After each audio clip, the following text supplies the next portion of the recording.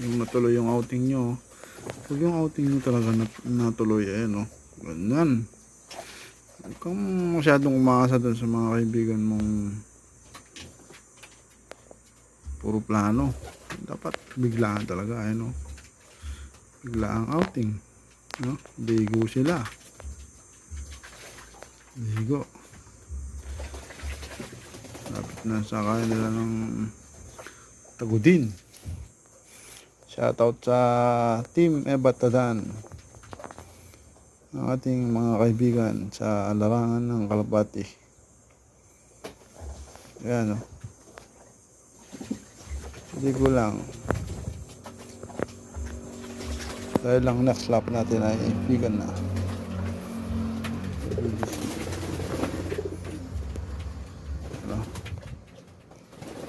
Yan ang pagpapaligo sa kanila. Huwag mo silang stressin dahil lang ayaw nila maligo. Kaya mo lang. Kaya nila, matuloy yung outing nila. Kayo hindi pa.